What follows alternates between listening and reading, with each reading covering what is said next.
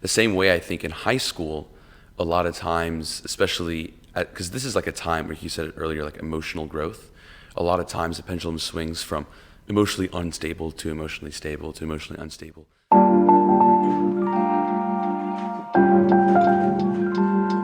Hey guys, welcome back to Keeping It 99 here with another episode. And today I'm joined by my good friend Will Mcaskill. Will, thank you for making it to the podcast. Yeah, it's good to be here. I mean, it's a nice day outside. I'm excited to be on here.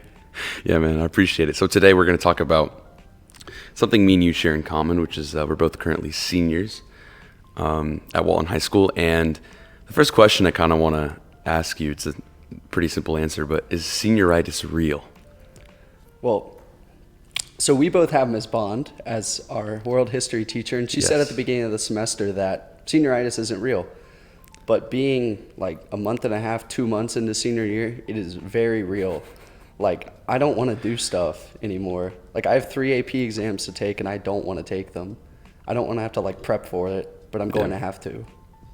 Yeah, I mean, I feel the same way. I think for me, it's like, I've always struggled with, like, putting work in, especially for school. I've always struggled with, like, doing homework and, like, actually studying. And now it's like, I thought I struggled with it. Now it's real, dude. Like, it's really hard to convince myself to, like, do homework or to, you know, to study. Like, there's some things you look at it, you're like, what's the point?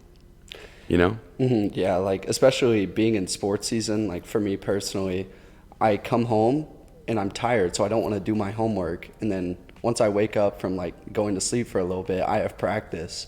And then once I come home from practice, I'm tired again. So I don't want to do my homework. It's like a cycle of me just having zero motivation at all. Yeah, I mean, I feel the same way. I don't play sports anymore for high school, but it's kind of the same thing. You get home from school and you're just like, I'll do it later. Yeah. And then it's just, you never, really get to it. So how exactly are you combating, like, not doing work? I mean, I try and do a lot of my work, like, in class, so I don't have to do it at home, because I like spending my home time doing other stuff. Like, I like listening to music, watching TV, stuff like that. So the way I go about, combating all that work that's building up is I just try and do it during the week before it's due. Even though it's like, I don't want to do this, I just have to make myself do it. I mean, it's as simple as that. Yeah, I think that, like, kind of the same thing for me, where it's just like, I try to get as much done as I can in class, right? Like, normally, like, I used to never do homework in class. I think I exclusively do homework in class now.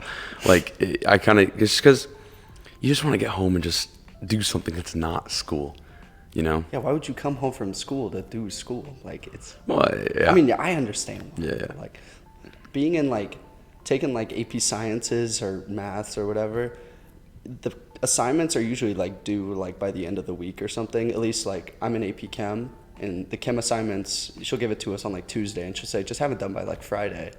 So I have to, like, either continuously do it throughout the week, or I have to, like, do it on Thursday night, and I don't want to do it on Thursday night. So I have to not listen to her talk in class and just...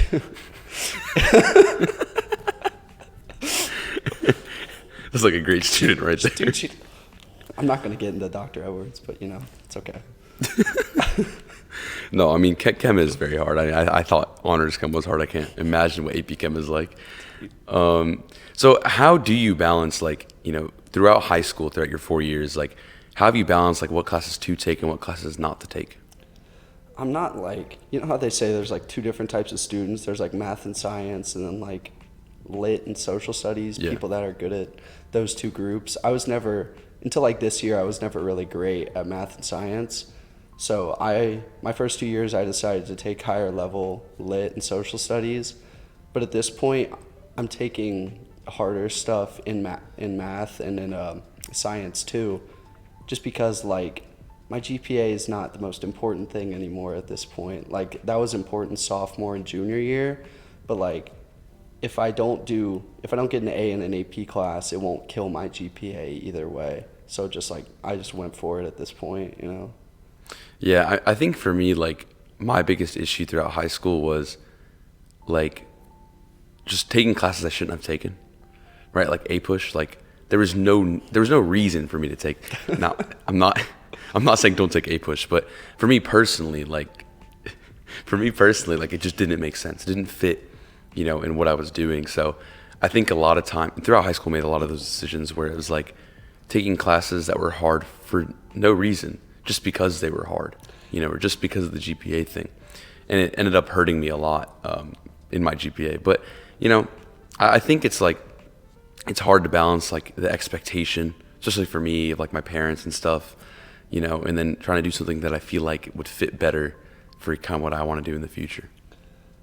Like at this point, it was kind of me balancing like minimum day and then what I want to take and then what I like have to take. So Chem was a thing. I'm gonna have to take it next year in college anyway. It's Chem 1, so get it out of the way. But then I like wanted to take AP European history because I've heard good things about that class and I love that class. But at this point, again, I just don't really care about my GPA that much. So I'm just doing what I want at this point. Yeah. And I think that's one of the great things about college is like you kind of like make your own path. Like you can kind of you choose what major you do. You can choose kind of what classes you take, what to focus on, what not to focus on. Like, you kind of like build your schedule around you. Yeah, I think a complaint a lot of people have about just the education system in general is like, excuse me, like you take classes that you're not going to use, Yeah. And that's what's kind of good about college. When you get to your junior and your senior year, you're taking classes that are actually going to help you in the field you're going into. But like, if I want to do a STEM major in college, I don't understand the point of taking like a push. Like what? Yeah. Besides being like informed, there's not that much of a point of doing that. I mean, I'd argue it's not really informing. It's not like there's parts to it, but if you're with people who like talking about history, I mean, it's yeah, good to be educated. It just depends on like what crowd you're in, I guess. Yeah, and like I agree with you, especially for me because I'm going to be a STEM major. Like looking back at the last 4 years, like there's a lot of things I look at. I'm like, what was the point of that? Obviously the calculus is important, the physics is important. Towards like what I want to do, but it's like, is the American literature that important? Is reading about what's like an American author? I don't know. Just poems, like just some random Walt like Whitman. Yeah, it's like what's the point? I think like they do a lot of that stuff because like I guess people talk about it, like it's a thing you can converse about, but besides that, it's insignificant, and that class can't be like that much different at a college level. It's more in depth, I guess, but you should be able to choose that in general. Yeah, I mean, I understand why, because there's some people that don't really know what they want to do. Like I went into high school knowing that I wanted to be an engineer by the time I was out, but for a lot of people, they don't know. And I know people still now that don't know. Like they're going to college in like 6 months and they don't know what they want to do. So, I mean, I guess it's valid. It makes sense that they kind of show all these options. But do you think that kind of all this like extra stuff, do you think it really hinders the education system? I think for people like you and me, like both my brothers are engineers, so that was kind of an expectation to go into that field. I think it's just situational, because I think there's people who obviously know what they want to do. They know they want to be in poli-sci or STEM or whatever else. But for people who don't know what they're going to do, you were right in the fact that it shows you all your options. But for people who are informed, for people that like are just decisive in what they want to do from the get-go, it kind of is a hindrance, because you can't focus on those higher level AP classes because you're spending time learning about human geography and whatever else. Yeah, I feel you. And I think like if you compare like our education system to like Germany, for example, where it's like your path is set for you by the time you enter middle school. Like it's they like separate you based on your grades or whatever, and you go into these like set pathways and stuff. Like, I mean, there's obviously pros and cons to every type of educational structure, and I think part of the reason why that like the German structure, for example, works really well is that It's funny you're wearing Oktoberfest shirt. I don't know, I just thought it was funny because I just mentioned Germany. I didn't notice that earlier. Yeah. But like the thing it does is that it kind of takes that. I guess it's kind of bad. It takes that decision away from you. But I feel like if you do something enough, you'll just grow to like it eventually. You know, right? Like if you're just surrounded by math all the time, eventually you're gonna like math. I mean, you like have to like math at that point. Yeah, like do you really have a choice? You know? I mean, if it's that decisive, like you're going into engineering, you're going into liberal arts from such a young age, I mean, it's just like you're gonna have to like it because you're doing it so repeatedly. You just have to kind of suck it up and like it, or you're gonna be like a really unhappy person, I guess. I mean, like, just think about, like, when we were in, like, first grade, what we wanted to be. Astronaut, firefighter, police officer. But, like, as we went through school and we realized that, like, were we ever surrounded by, like, firefighter training? Like, is that a class? No, it's not. Like, you never get exposed to, like, what it's like to work at those things, so you don't desire them anymore. And also you get, like, more informed on, like... Well, yeah. Yeah, you know what I'm saying. I'm not going to finish that. Yeah. It's just you're a product of your surroundings. Exactly. So like that's why I feel like sometimes just telling people, hey, you're gonna do this, like, you know, it could work. It could not work though, but you know, I mean, but I also think like it's good to explore your options, right? Like if I never explored like talking in front of a mic, I don't think I would have ever, you know, had a podcast. Like that's nothing in this STEM world, like nothing like that. It's more of like a liberal arts type of thing, you know. So I guess there's pros to everything. Yeah, I mean, you just gotta look at both sides of it because, again, people like you and me know what we want to do, but there's just not everybody's the same in that way. So yeah. So as a senior, you've obviously been in high school for 4 years. What are some of the things that you kind of like? If you had to give advice to an 8th grader, what would it be? This might just be like me speaking, but it's not like as hard as middle school teachers say it is. It's not that hard. If you can, obviously we're talking about not balancing our schoolwork, but like if you intentionally balance out what you're gonna do and you are set in a plan and everything, you can take hard classes or easy classes and succeed if you're just intentional about it. I feel like middle school teachers and the middle school administrators act like it's some huge leap, and it is a gap between middle school and high school, obviously, but not enough so that once you enter high school, it's not gonna like emotionally like cripple you once you get there. You'll be fine. You just gotta be intentional about planning things, I would say. Okay. I like that. And I agree with you on like the leap isn't that big. I think honestly, like if you look at 8th grade then 12th grade, the leap is massive. But I think like as you go through high school, you gain certain things that like it's like almost like you're just taking steps. Yeah. You know, it's not really like a leap.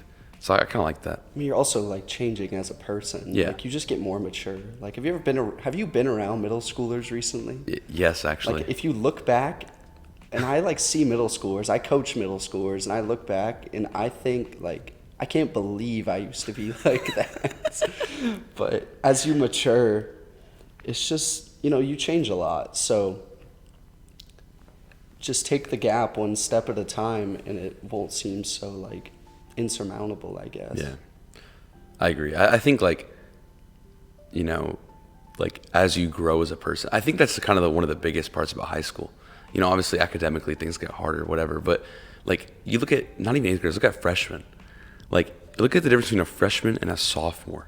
Like that I feel like is the biggest jump in high school, freshman and sophomore year.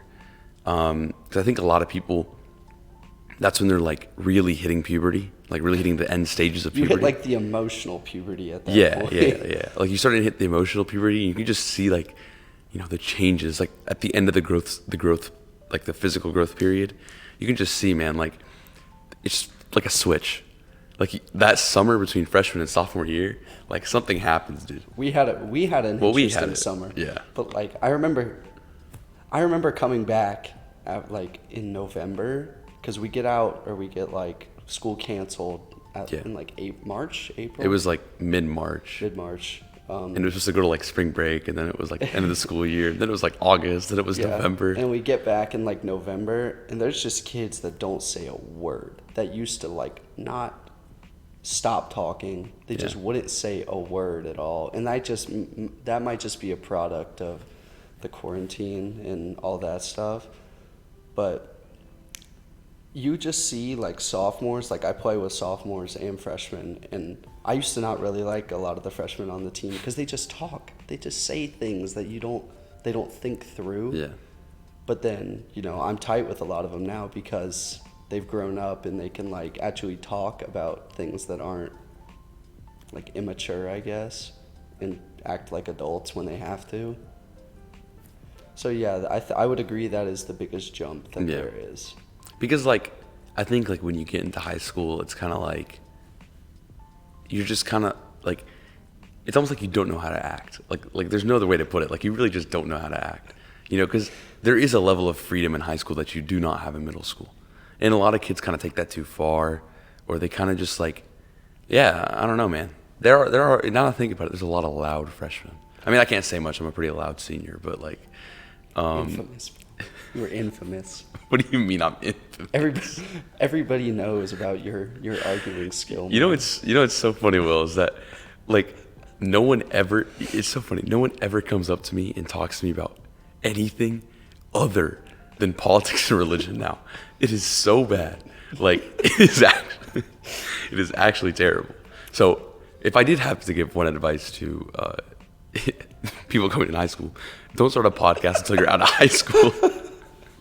Because your life is gonna become hell if you at school if you do that, dude. It's terrible. Thank God I don't have 7 classes in a day. Dude, the stuff that people would bring up to you in history semester. Dude, the arguments are just so dumb. They'll just say them with the outlandish stuff, and they're like, "What is your opinion on this?"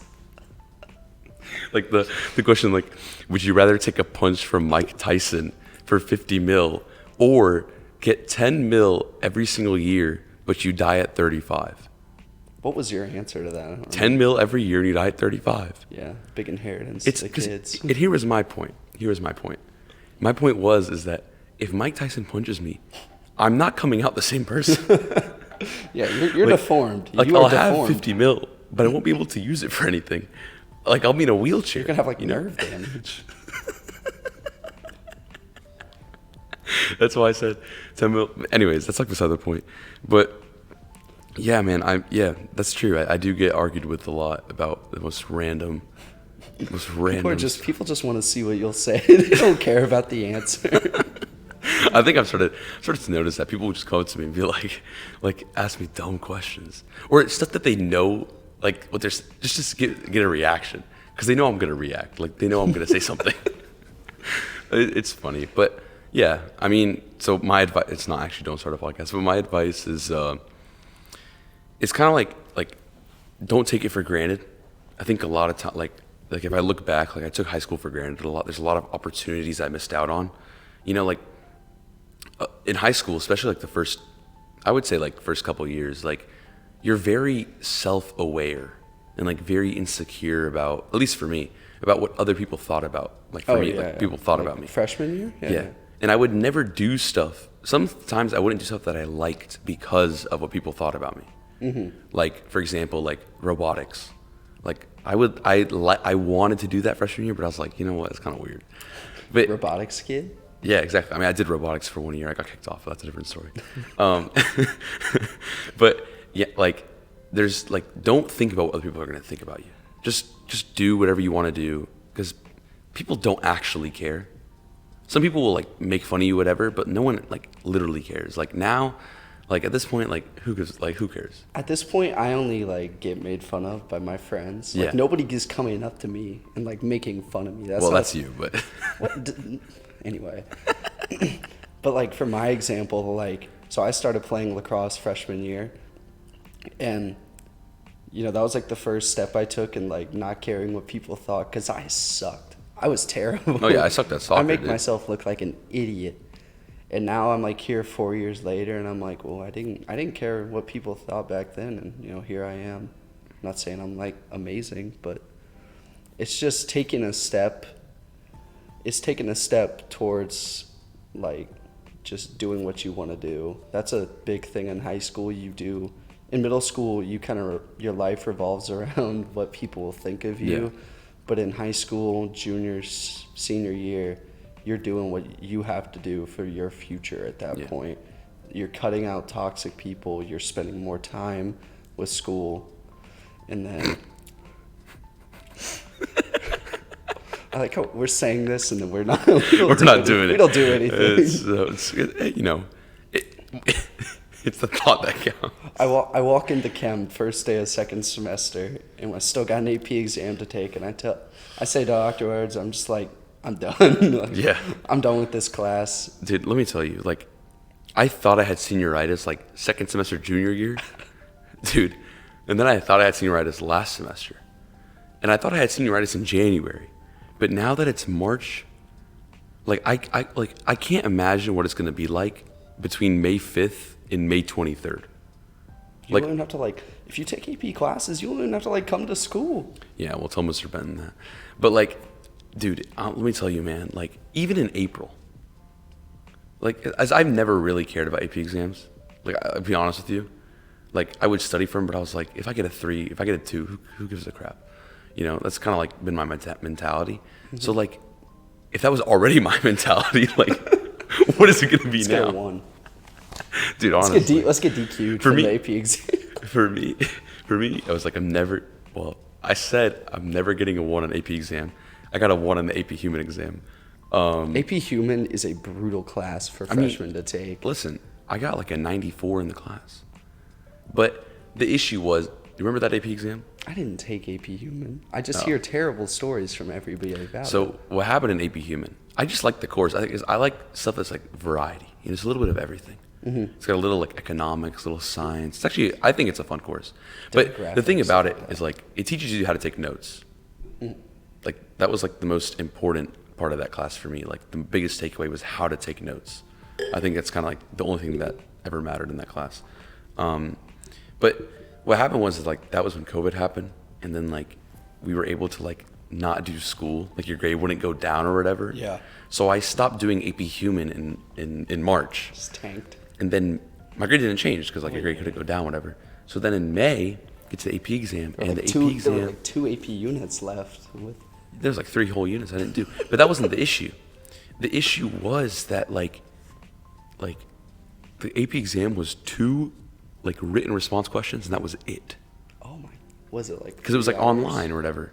Yeah. No, it took me 30 minutes, and I got a 1, dude. But other than that, like I was like, as long as I don't get a 1. So that's the only exam I didn't pass. The rest I have. But anyways, back to what we were saying. Like, what were we saying? Senioritis? Something like that. Yeah. Senioritis is real. Motivation, like between April and May. Yeah, like there's gonna be none of that. There's none. I'm gonna be learning about like, I don't know what I do in my like chem is. It's gonna be some. I think the hardest unit is the last unit, and I'm going to bomb it. Like I have a 90. You heard it now. I have like a mid 90 in the class. It's gonna shoot down. It's gonna be crazy. Man, I wish I had mid 90s right now. It's hard though. It's hard to like convince yourself to be like, just one more month. It's hard. I got other stuff to do. Yeah. I don't actually have like that much other stuff to do. No, I realize that you just too. Tell yourself that. Yeah. Like everybody tells himself, I have so many things I would rather be doing, but then they don't do anything. Yeah. Because that's what I do. So. I did the same thing. What are you majoring in? Biomedical engineering. Good choice. Yeah. And where are you gonna go? UAB. Nice. What are you majoring at Tech? Mechanical engineering. Okay. Yeah. Well, it's either that or electrical. I haven't made my mind up yet. They're probably like only one class different the first 2 years. Like yeah. They don't change. Yeah. There's not much difference the first couple of years. Like, yeah. I mean, we'll see. But yeah. So, why do you want to do biomedical?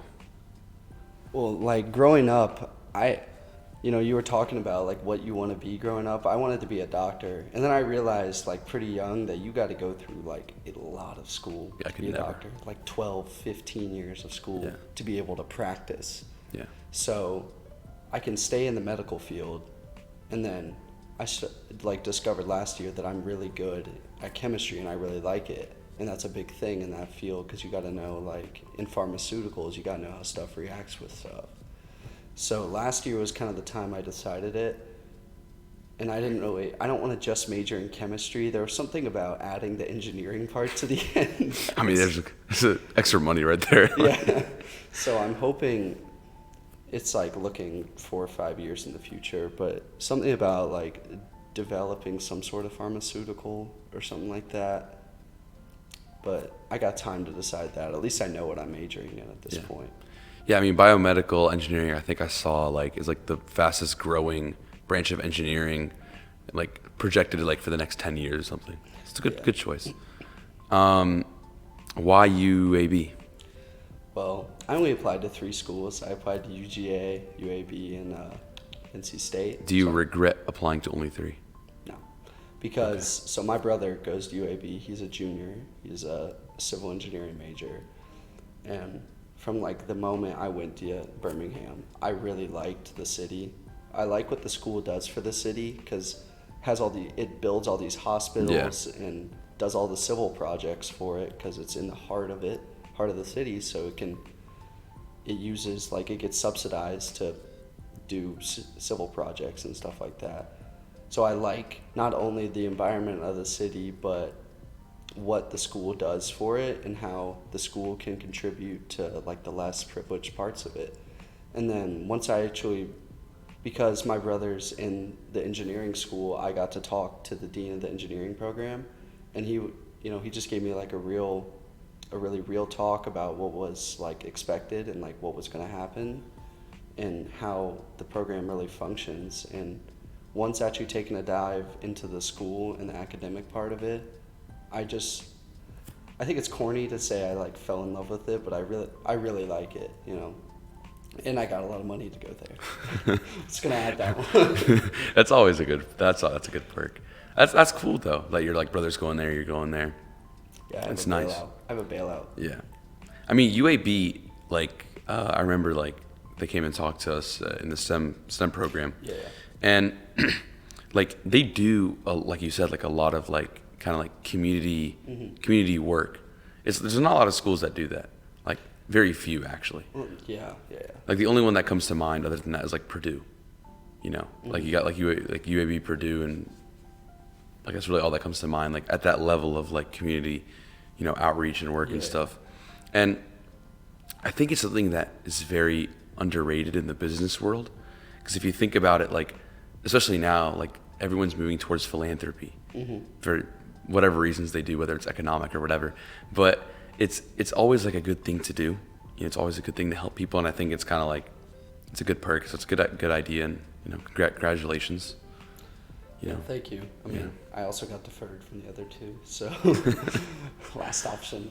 I mean, it was NC State was my number 1, but it's a very hard school to get into for out of state. Yeah. And I didn't really do that well in school the first 2 years, so I'm like catching up a little bit. Yeah. No, I felt you like getting into tech for me was a big surprise, like massive surprise, especially like where my GPA was at, where my SAT was at. I don't know if you watched the video, but I did. I watched the end. I can't. Oh, okay. Yeah, no, it's fine. That's more than most people. I saw your stats, and then I skipped to the end on the FaceTime thing. Well, yeah. I mean, that's the whole point. I don't know what else was happening. The whole point was that you watch the whole thing, so my retention goes up. It's fine though, because I looked at the stats for the video. It's so funny. Like you see the curve, like it goes down. Like the beginning of the video starts and it like stays at like a high percentage. People and then are waiting for you to tell. Yeah, and then it just drops off for the rest of the video, and then at the end, just spikes all the way back up. I mean, there's no way. I'm not here to give you views, man. It got views though. Good for you. It got views, but not retention. Definitely not retention. But it was a big surprise because like it's not like I have the best stats like at all. Like I think honestly like 100% like it came from God, the podcast, and like my background and my ethnicity, and kind of like what I wrote. about that. Without those three things, I mean, there's zero chance I get it. Yeah, because the second or the regular, I think second wave of decisions Came out last yesterday, night, yeah. And two close friends of mine who are white, they didn't get, or they got waitlisted. Yeah. Great GPAs. Like, can I name drop? Because I mean, I'll bleep him out if it's that big of a deal. No, I don't know. Not a big I issue. don't think he cares. Wrote a great essay, but I think the whole government subsidizing for diversity and stuff like that, it just makes it so much harder for some kids to get in. And yeah. I'm not saying it's unfair. Because No, I mean, I think it's unfair. Colleges are trying to constantly develop their programs and their campus or whatever, but it just kind of ruins chances for some kids more than others. Yeah. And if you want to hear more about that, there's a podcast I filmed. It came out November, and it's about. I can plug myself, man. It's my show. I can plug myself. And we talked about kind of what he's talking about, government subsidies up here. Yeah, but in that thing, in that podcast, I talked about how I personally think it's unfair because just because someone because I understand from a socioeconomic perspective, right? I get that, right? If someone lives in a very poor area, you should probably help them out because they might not have access to the best materials. You can argue the merit of that argument, but that is an argument. But just to make that about race, first off, makes you racist. I mean, I don't know how no one's mentioned that or noticed that. Just because there's a correlation does not mean there's a causation, right? Not every black kid is poor, not every white kid is rich, Yeah. So I think what it does is it gives an unfair advantage to rich black kids and a really big disadvantage to poor white kids. And then in general, normal white kid, not normal, that's a very bad word to use.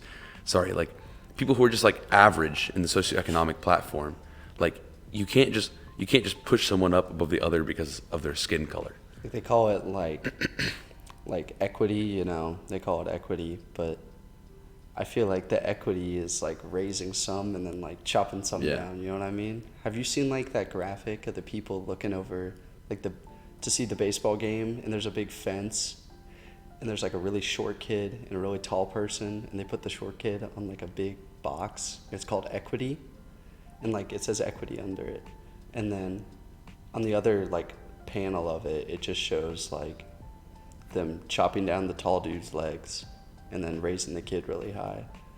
I just think it's really representative of what happens in just I think that's systems. even beyond just educational diversity.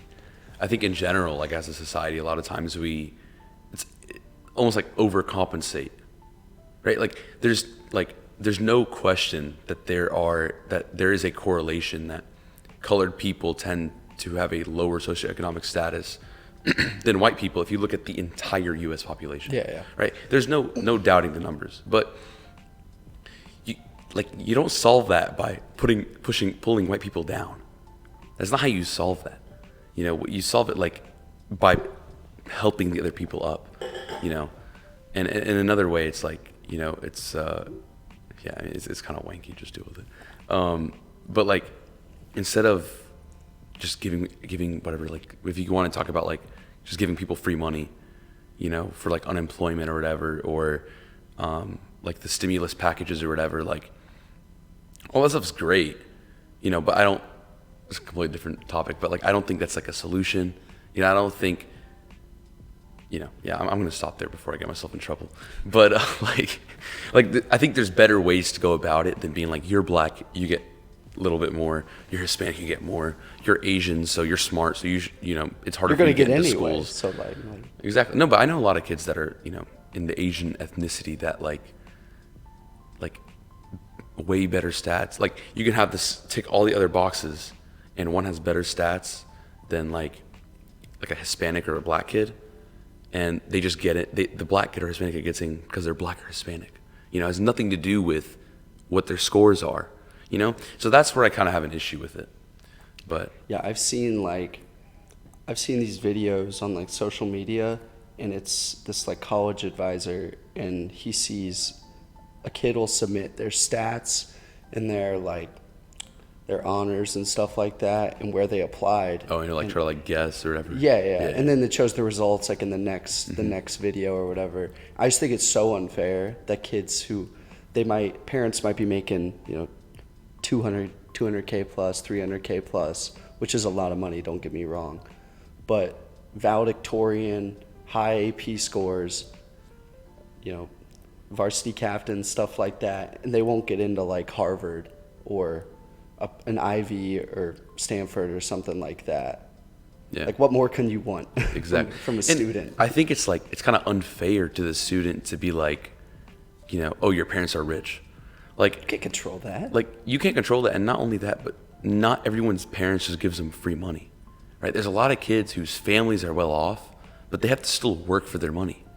I know, especially going to Walton, like a majority of the school is very well off. Yeah. But it's not like anyone's getting, and there are kids, but it's not like the majority of kids in that situation aren't just getting money from their parents. No, I had to buy my car. I have to work every Yeah. weekend. Like, it's not just because my parents make a set amount, it doesn't mean that I'm any less hardworking, any more of a spoiled brat than, Yeah. Somebody whose parents might have no money and still is poor in their decisions and still gives their kids money, Yeah. It's just an unfair system, but I feel like that's just a very I different mean, I feel talk. like, it's very hard to make it fair, right? Yeah. I think like the only way you can try and make it fair is like equality of opportunity. But I feel like we're already at that point. And I feel like, maybe not 100%, but I feel like at least 90% of the way towards equal opportunity. There's only so much you can do more to give people the same opportunity. We're having so much equal opportunity, that's becoming unequal opportunity again. So it's getting skewed to the other end of the spectrum than it was before.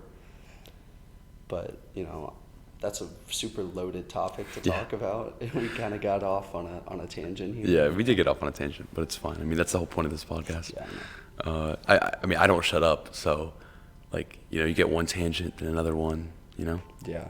But I agree. Like, I think a lot of times people think of stuff from in a line, kind of like not equal to equal. Whereas I try to think about it, it's almost like a circle. Like, if you keep trying to get more and more equal, You're going to go you're just going to keep going back around. Yeah, it's a loop. Exactly. It's a cycle. It's a cycle, exactly. So I think, with everything, you keep seeing the pendulum switch, flip from throughout history of super liberal, super conservative, super liberal. And I think over time, the extremes are just getting so far out. That they're the same? That they're the same. You're just doing 360s with the pendulum now. You're not even. I know that they're the same. Don't worry about it. I'm not going to elaborate on that. Yeah, there's no need to elaborate. If you want to find out yourself, you can find out yourself. But yeah, I don't really know how to get back to the topic of seniors, but from that, let's try to think of a cool segue.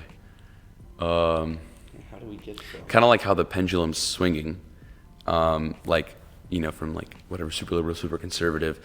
The same way I think in high school, a lot of times, especially because this is a time where you said it earlier, emotional growth. A lot of times the pendulum swings from emotionally unstable to emotionally stable to emotionally unstable. So how have you kind of dealt with that throughout high school?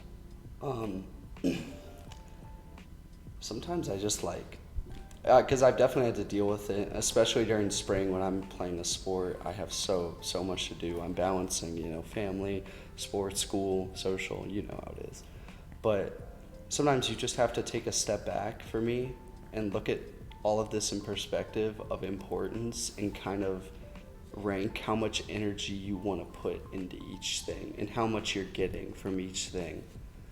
Like at this point, I care more. If I'm ranking stuff I care about, I devote the most of my time right now to sports and school. But when I take a step back and look at it, I don't really think school matters that much right now. So I can maybe put that a tier below and bring I only have so much time with my friends left, my close circle before we all go off to college. So maybe I can rank that above school at this point. It's just all for me about perspective and looking at what you're getting out of your situation. Because if you try and balance them all perfectly, you're probably going to not do it very well, and it's going to lead to like super bad instability. So it's more just like a tier list for me than it is like a perfectly balanced, piece of wood on a basketball. You know what I mean? Yeah, I get what you're saying. I agree. I think obviously knowing our priorities is important, but I think another part about it is kind of like expecting the unexpected from like an emotional standpoint, right? Because you'll lose friends, you'll gain friends. Like there's so many instances of people who've just like gone, for whatever reason it is, and you just kind of like, it sounds really bad, but you kind of just gotta like ignore it and just keep going. There's a point to where it's just like, if you always think about, oh man, I should have done this, oh I should have done that, can't believe this happened, can't believe that happened, like you're not gonna do anything. So you gotta keep just kind of like taking those steps forward and just like continuing, kind of just like pushing it away. I think so our team last Sunday we got a talk from a professional lacrosse player that went to Walton like in late 2000s. And one thing he was talking about specifically was like, you can't like make yourself like a victim, You can't look at all this like losing friends or getting a B on a test when you won an A. You can't look at all that and just say like, oh, poor me, You just got to keep going forward. You can't, if you sulk and when life kicks you and you just stay down, what are you gaining from that? What is the point of lingering on something that is hurting your mental health? And this dude Scott was talking to us about how you like ways to get up and move on, and again going back to like perspective and saying, okay, was I really getting that much out of this friend or this class or something?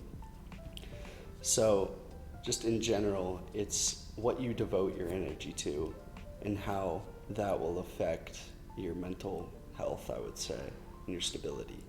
Yeah, I think a lot of times like you said earlier, like the perspective and kind of like making a tier list and like saying like what's important, what's not important. I think a lot of times, like as humans, what we do is in the moment we put things like way higher up than they should be. Like in the moment we're like almost like obsessive over certain things, and a lot of times like I think one of the best ways to pull yourself into perspective is journaling and just like spending like quiet time, whether from like a Christian perspective, like with God, or just from like a secular perspective, just literally sitting in quiet. Because a lot of times, like, I don't know if you ever tried this, but like just sitting in absolute silence, like a lot of times, like it's super hard to last like even 5 minutes without just like wanting to do something, because you're always doing stuff. So I think a lot of times when you sit back and you just let your mind rest, you're able to understand like what really is important. A lot of times, like especially like one of the things we do is like we put ourselves last. Yeah. Whether on purpose or an accident. Like we do all these things, we're doing all this stuff, and it's like, where is the time for my self-improvement? And sometimes it's all the way at the bottom of the list. So I think a lot of times you have to kind of realize that and then try to find a way to put yourself first, and I think a lot of times that will kind of ease a lot of the problems. Yeah. So you were talking about like putting things on a pedestal, and I'm going to give like an example. So last year, May. So you bring the mic closer. Sorry. Bring the mic closer. Oh, my bad. You're good. May, our team loses the state championship, and it was super high emotion at the time. And for like a few days, it was nice to like not have any lacrosse to do. It was great. And then but the day of, it felt like just terrible. It was one of the worst feelings ever. But then you take a step back like a few days later, and I was like, it could be bad, but I have another year left to play. So it's not the end of the world for me to lose this game. Or another thing is like, people put tests. People take hours to study for a single test. Yeah. I don't do that. I'm just gonna be honest. I don't do that. I take 15, 20 minutes to study for a huge test, because one test won't make or break your life. Like if you get a B on an AP Calc test, like second semester of senior year, it's not gonna you're not gonna take back your letter of admission to a college. It's not gonna happen. So it's just, I mean, we've been kind of like repeating, just like taking a step back and just thinking or writing down what you think you should be devoting your energy to, and then through that your mind will be just like more at ease. Yeah. And I think that peace of mind is one of the most like underrated things, and it's one of the things that we always wish we have it, and we can have it, but we just never do it. We choose not to, because we're always, prioritizing the hustle bustle, like the just doing whatever you can any moment, because that's kind of like that competitive nature, Yeah, so last night, for example, played a lacrosse game, we lost, but we're playing like the best team in one of the best teams in the state. And coach comes onto the bus and he's like, guys, we lost, but it was a good night, we lost, but it wasn't terrible. So he told us like, guys, just relax for the next 10 hours, 12 hours, something like that. And just don't devote your emotion to how you lost this game for the next 12 hours. Let your mind just just get it out of your head, because it's not going to do any good for you if you're just head down, motivated all the time on how you're going to beat BT in a single game. And it's not like going to make or break your world if you lose that game, Yeah. I think it's also one of the things with high school sports that makes it so much different than club sports. Club, it's a lot. There's not as much at stake. Yeah. A lot of the times. Whereas high school, I don't know why, I played 1 year of JV soccer, so I don't really have much high school experience. But even when I was managing last year for varsity, you can it's just more intense. You feel every game a lot more than you would a club game. And I don't actually, I couldn't explain why that is, and I've been playing. Yeah, I can't. I've been in high school and club for, I've been playing club for 2 years and high school for 4. But you go to a club game, and it's like we lost, one of my teams lost in the championship in a club game, and I was like, yeah. I remember left, and we got cookout after, and we were hanging out. Yeah. But after I lose the state championship game for high school, everybody's emotionally crippled for an hour. Yeah, I think it's more like a pride thing. I played club soccer from when I was 12 to 16. So 8 years. Played high school soccer 1 year, managed 1 year. Now I'm broadcasting. Yeah. But yeah, so it's it's weird. High school is just way more intense. Don't know how to explain it. Because I feel high school is just so much more permanent than club is. You win something in high school, it's there, forever. Yeah, I think it's also, more personal. Yeah, it's you're representing something that is an integral part of your day-to-day life. And I got nothing. You're just representing something that is so close to, what you do every day, that you have so much drive to be good at it. Yeah. And club is for recruiting. So if you don't want to get recruited that much, club is Yeah, that's a similarity between high school, between soccer and lacrosse. Most club play during the summer. Not many people play just to have pure fun. Not even I played to just have pure fun. I was getting better for this season, but I'm not trying to get recruited. So there's never club. There's always some underlying reason to do it. You don't just do it. I know very little people that do it just to have a good time. It's just the sports system is very. That's a completely different topic. Yeah. What sports are like. There's actually a really good book. It's not really about sports, but he uses sports as an example It's called Outliers by Malcolm Gladwell. I had to read it. Oh, it was an AP Lang book, right? Yeah, I took that. I had to read it in 10th grade. Yeah, well, it's a good book. Yeah. I liked it. I thought it was nice. But yeah, any last thoughts for the podcast? I don't know. Last few months of high school are going to be interesting. That's all I got to say. Yeah, it's going to be a movie. Or, not me. I'm lame. So for me, it's going to be very boring. Like, you'll be doing this. Yeah, I will be doing this a lot more. A lot of filming. You know, today, let me tell you something. Today I was supposed to film 4 podcasts. What? Okay. Have you already filmed today? No. So I was supposed to film 4 today. As of like this morning. Or like, whatever. At 3:40 in the morning, the guy who's supposed to do the 9 a.m. like texted me, was like, I'm throwing up. I'm like super sick, can't do it. I believe him. He was up at 3 in the morning. I believe him. Yeah. You know, so I was like, okay, whatever. Then the 11 a.m. one called me at 9 and said, man, I can't do it today. My mom, he goes to college. He's like, oh, my mom is coming in town. You didn't know that? Whatever. You came. You came. I came. I came. I took like a 5-minute shower and I was out. Thank you, Will. I appreciate You're welcome. it. And then the 5 p.m. person just was like, man, like I can't come. So, and this is like the past like 3 weeks, I think I've started to do this thing where I book like 3 or 4 in a day because I know no one's going to show up. So it's like, because you're going to be here and getting texts. Like, exactly. And it's just like, you know what? So I like triple book or whatever. And then it's like, okay, can we reschedule? Sure. Like next time, whatever. Like next Monday. Like on Monday, I'm filming 2.